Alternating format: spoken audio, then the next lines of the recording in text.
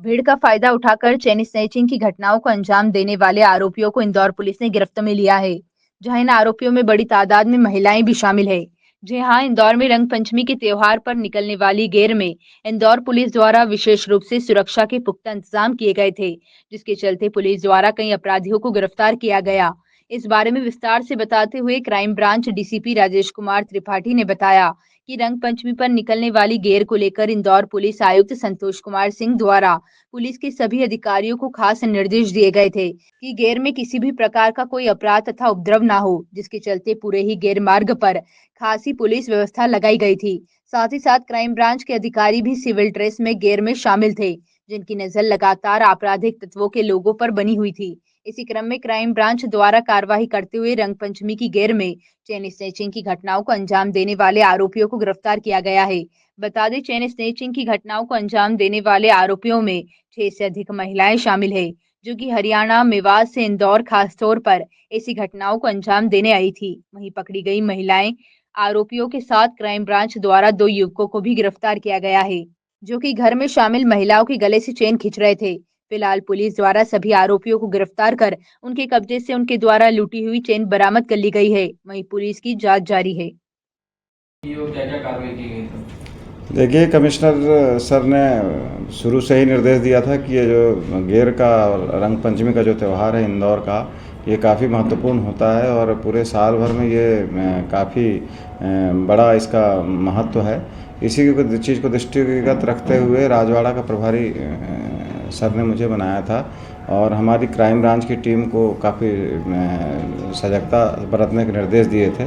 उसी कड़ी में हम लोगों ने काफ़ी लोगों को चिन्हित किया और ख़ास तौर पर हमारी निगाह ही क्राइम ब्रांच की निगाह उस चीज़ पर थी कि कोई इस तरह के भीड़ में घुस करके छेड़खानी या चेन स्नैचिंग या कोई बदतमीजी करता है, जूते वगैरह किसी के ऊपर फेंकता है, जो कि उसके रंग पंचमी के फिजा को बिगाड़ता है।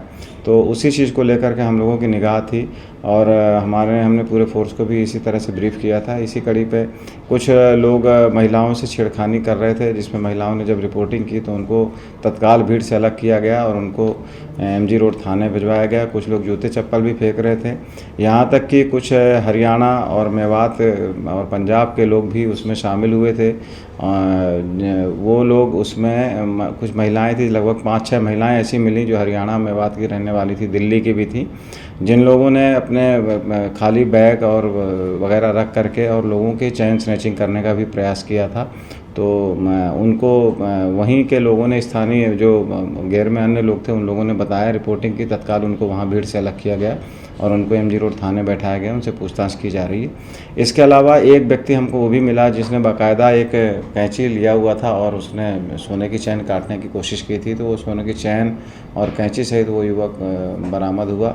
ये युवक एक दिन पहले ही उज्जैन आया था, फिर उज्जैन से वो गेर में शामिल होने आया, ये पंजाब का था, और बाद में फिर यहाँ पर उसने चेन स्नैचिंग करने का प्रयास किया, बाकायदा इंस्ट्रूमेंट लेकर के चल रहा था साथ में, तो उसको भी हम लोगों ने अलग किया। और इस तरह से लगभग टोटल 40 व्यक्तियों ऐसे थे जो रंग पंचमी में रंग में भंग करने की कोशिश कर रहे थे। उन सबको हम लोगों ने, क्राइम ब्रांच ने और अन्य लोगों की मदद से उसको अलग किया है और तभी ये रंग पंचमी का उत्साह जो है वो रहा और लोगों के अंदर कोई जो एक डर था कि कोई क्रिमिनल एक्टिविटी होगी, उस डर को समाप्त करने की कोशिश की है।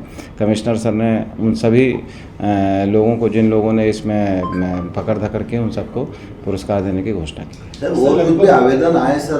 देर रात को भी आवेदन आए थानों पर? लगभग कितने के जो है चेन स्नैचिंग या फिर कटिंग की शिकायत? इस तरह के 3-4, चूँकि हम लोग मौके पर थे तो 3-4 सूचनाएं आई थी, तो हम लोगों ने भी कई लोगों को ये भेजा भी था थाने पर कि भाई आप लोग उनको आइडेंटिफाई अगर कर सकते हैं तो जो बंद पकड़े गए हैं उनको आइडेंटिफाई करें, और वो कार्रवाई चल रही है। बाकी और कुछ लोगों ने रिपोर्टिंग की है तो उनकी भी सूचनाओं को बाकायदा रजिस्टर किया गया है और अब उस पर आगे कार्रवाई की जाएगी, उनको बरामद करने का प्रयास सर, इन आरोपियों को पहचान कैसे की आप लोगों ने? इतनी भीड़ के अंदर पहचान करना बहुत मुश्किल था। ये वहाँ पर चूँकि हमारे भीड़ के अंदर हमारी पुलिस भी लगी हुई थी, क्राइम ब्रांच के लोग भी उसमें सिविल ड्रेस में लगे हुए थे और उनकी सिर्फ यही निगाह थी कि कौन किसके साथ बदतमीजी कर रहा है, कौन किस रंगोत्सव में शामिल होकर के और वो केवल गलत काम करने की कोशिश कर रहा है। सीसीटीवी कैमरे भी लगे थे जिससे वरिष्ठ अधिकारी देख रहे थे, उनके द्वारा भी लगातार हमारे land order additional CP sir वगैरह भी सभी लोग सीसीटीवी कैमरे पर भी लगातार निगरानी रख रहे थे और जहाँ कहीं भी इस तरह की चीज़ें दिखती थी तो वो तत्काल हम लोगों को पता चलता था और फिर हम लोगों ने ऐसे लोगों को चिन्हित करके और बाहर किया और बाहर करने के बाद फिर उनको थाने के माध्यम से थाने पहुँचवाया।